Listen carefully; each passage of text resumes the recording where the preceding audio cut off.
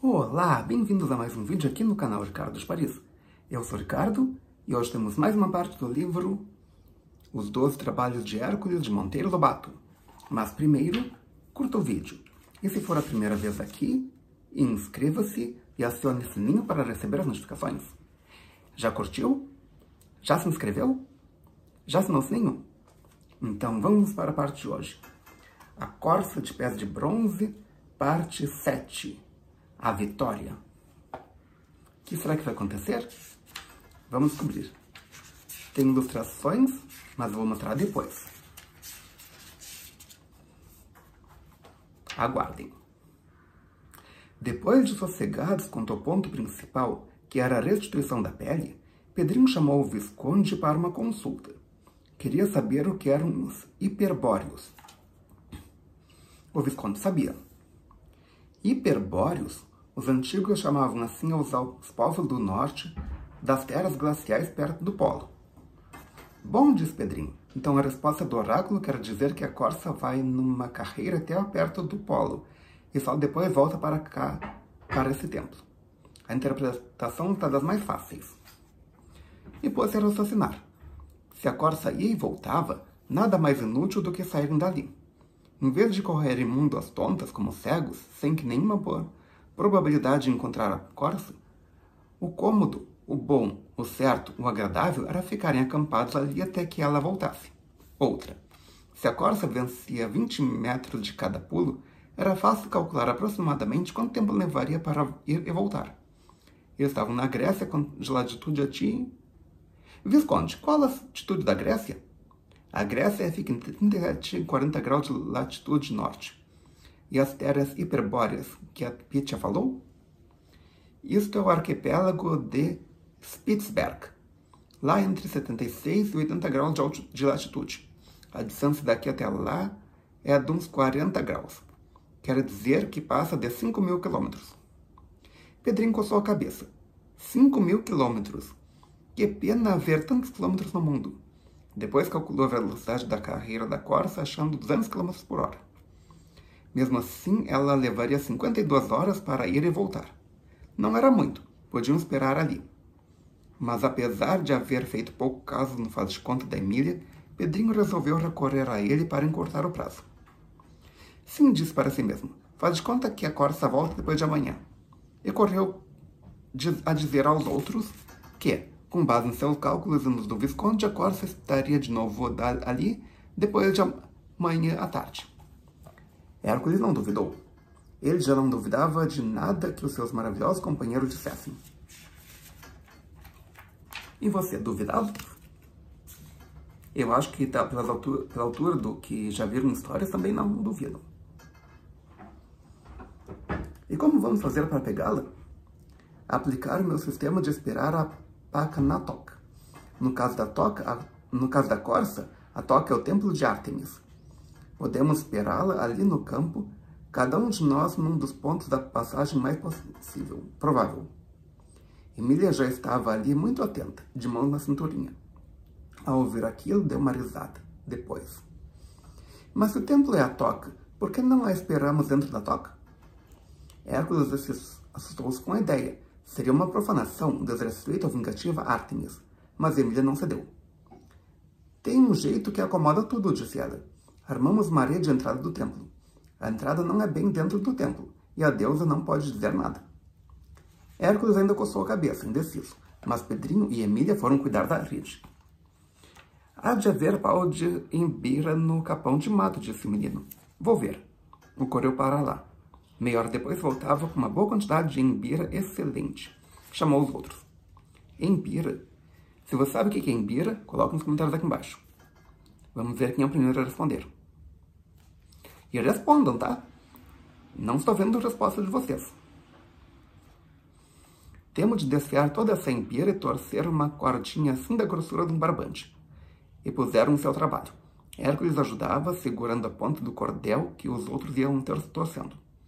Meio mostrou-se muito hábil naquilo. Uma hora depois estavam com um novelo de cordel mais que suficiente para a rede necessária.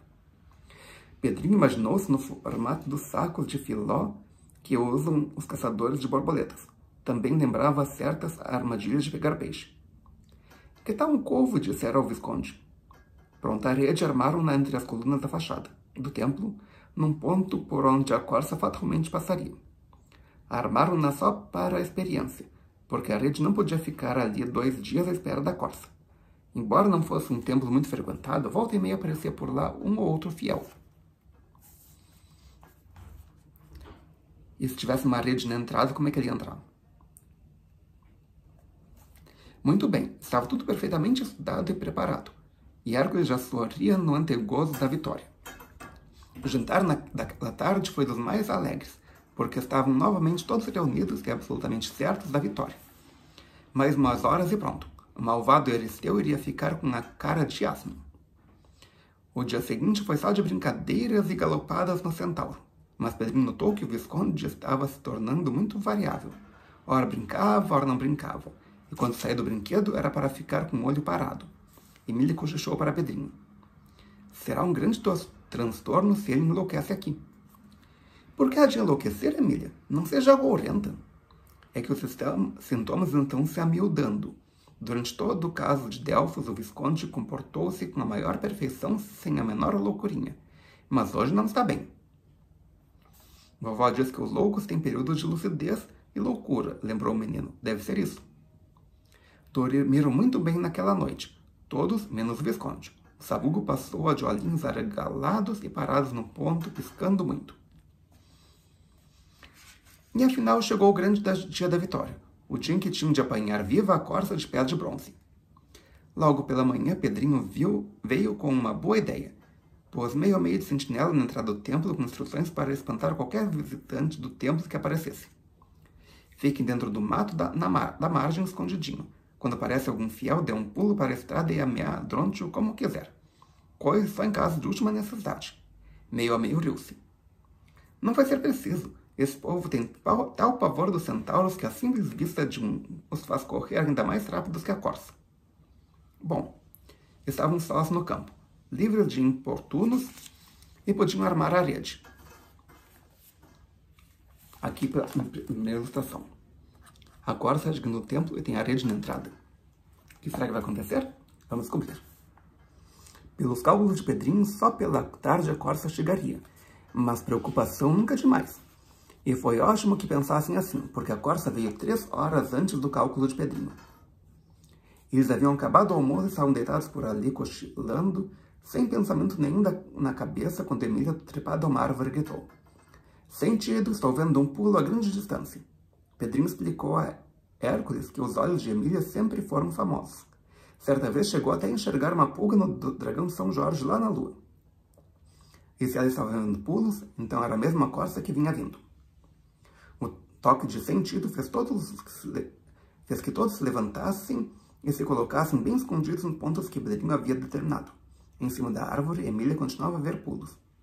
Ela, sim, vem de pulo em pulo e vai ficando maiorzinha à medida que se aproxima. Nesse 1 minuto, ela está aqui. Como custou passar aquele último minuto de espera? Emília ainda gritou. Os chifres de ouro rebrilham ao sol. Ela está pulando o ribeirão. Do ribeirão até ali eram 100 metros. 5 pulos. E todos viram a corça dar 5 pulos finais e mergulhar no templo justamente no ponto desejado. O vão das 2 colunas, entre as quais estava armada a rede. Está no papo, berrou Pedrinho voando para lá. Todos seguiram e deram com a corça na rede e Pedrinho em cima dela. Tal qual no dia em que se atirou sobre a peneira do Saci. Bem que a coitadinha tentara fugir ao perceber que caíra num laço. Mas seu chifre de ouro enganchou-se nas malhas da rede, o que deu a Pedrinho tempo de chegar e atirar-se. Se não fosse aquele abençoado enganchamento, o mais certo era ter a corça escapado pela 2ª vez, e aí então nunca mais. Pedrinho não se esquecera de tecer com o resto das embeiras uma boa corda. E lá estava ele com as mãos por dentro das malhas, procurando atar a ponta dessa corda naqueles chifrinhos de ouro. Depois disso feito, levantou-se e disse, pronto, podemos retirá-la da rede. Vendo-se livre da rede, o animalzinho julgou-se livre de tudo mais e disparou. Mas a ponta da corda estava bem segura na mão de Pedrinho, o qual a derrubou com um sacão violento. A corda ainda fez 2 ou 3 tentativas de fuga, mas breve se deu por vencida e baixou a cabeça. Todos a rodearam. Emília ergueu-lhe uma das patas e bateu com uma pedrinha para ver se era bronze mesmo. O som foi de sino. Depois examinou os chifres de ouro. Que belos e como ficariam bem em seu museuzinho. Hércules, disse ela, quero que me corte os chifres dessa corça. O Tauristeu não sabe como ela é. Fica pensando que é uma mocha. Mas Hércules não atendeu, e foi a única vez em que não atendeu um pedido da Emília. A razão era muito clara. Se ele serasse os chifres de ouro da corça, ficariam uns tocos. E depois Euristeu iria acusá-lo de ladrão daquele ouro. Hércules era burrão, mas muito honesto. Aqui a ilustração próxima. A corça já capturada. No dia seguinte, partiram para Micenas com a corça na corda. Como Pedrinho seguisse montando em meio a meio, ele ficasse incômodo ir segurando a ponta da corda, teve a ideia de amarrá-la no rabo do centaurinho. E assim fez. A entrada dos heróis em Micenas causou sensação. Hércules na frente, depois o centauro com os pica-pauzinhos montados. E por fim, pela cordinha famosa, a corça de pés de bronze e chifres de ouro, cuja existência era notória na Grécia inteira. Isso sim é que é herói de verdade, disse uma voz no meio do povo. Já matou o leão da Nemeia, já liquidou a hidra de Lerna e agora traz a corça do monte Cirineu. Que trabalho poderá haver no mundo em que Hércules não realize? Quando o herói entrou no palácio de Euristeu com a corça cirenaica nos braços, sua majestade, mortificada de paixão, fulminou com os olhos o pobre ministro Eumolpo, que lhe sugerira aquele trabalho. Salve, majestade, começou Hércules. Aqui tendes a corça dos pés de bronze e chifres de ouro que vivia sob a proteção da gloriosa Ártemis. E soltou ali na sala do trono um maravilhoso animalzinho. O despeito de Euristeu, em virtude de mais essa vitória de Hércules, transcendia em seus olhos, mas procurou dominar-se e disse secamente: Felicito-o. Amanhã determinarei o trabalho seguinte. E trazendo o gesto de fim de audiência, desceu do trono e foi conferenciar com Eumolpo sobre o que fazia daquele invencível herói. Depois de sair do palácio, Hércules reuniu seus meninos que o esperavam na rua e disse: O rei ainda não me deu nenhuma incumbência nova. Temos de esperar. Aqui ou no camping? Está claro que no camping. Toca para lá. Com que alegrias voltaram ao querido acampamento lá perto do ribeirão de águas cristalinas. Com que felicidade se espalharam por ali procurando as coisas deixadas, matando as saudades. Temos de melhorar nossa cabana, propôs Emília. Nós viramos e mexemos nessa Grécia, mas a nossa verdadeira residência é aqui. E começaram a estudar a reconstrução da cabana.